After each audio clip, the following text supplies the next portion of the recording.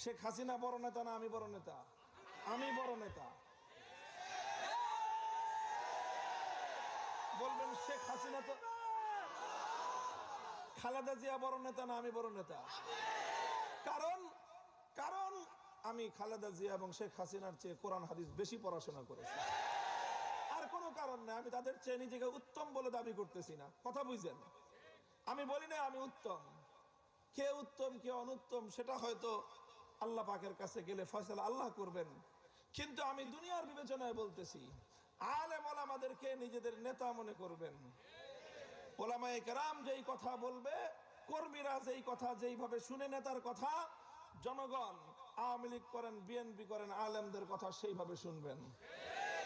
পছন্দ হলে শুনবেন, পছন্দ না হলে লেজ নিচে নামা দিয়ে চোরের মতো পালায়া যাবেন। খবরদার কোনদিন কোন আলেমের সামনে মাথা উঁচু করে কথার প্রতিবাদ করার চেষ্টা করবেন না। আলেমদের কোনো কথা যদি আপনার কাছে ভুল মনে হয়, আরেকজন আলেমের কাছে গিয়ে বলবেন যে হুজুর এই কথাটা যিনি বললেন কথাটা কি সঠিক? যদি ভুল হয় ওই আলেম ওনার ভুল ধরায় দিবে, আপনি সেই আলেমের ভুল ধরায় দিতে পারেন না। এই ভুলগুলো 50 বছর ধরে আওয়ামী লীগ করেছে এবং করতে করতে করতে করতে আওয়ামী লীগ যারা করে তাদের একেবারে গোশত হাড্ডি রক্তের সঙ্গে এই সমস্যা মিশে গেছে।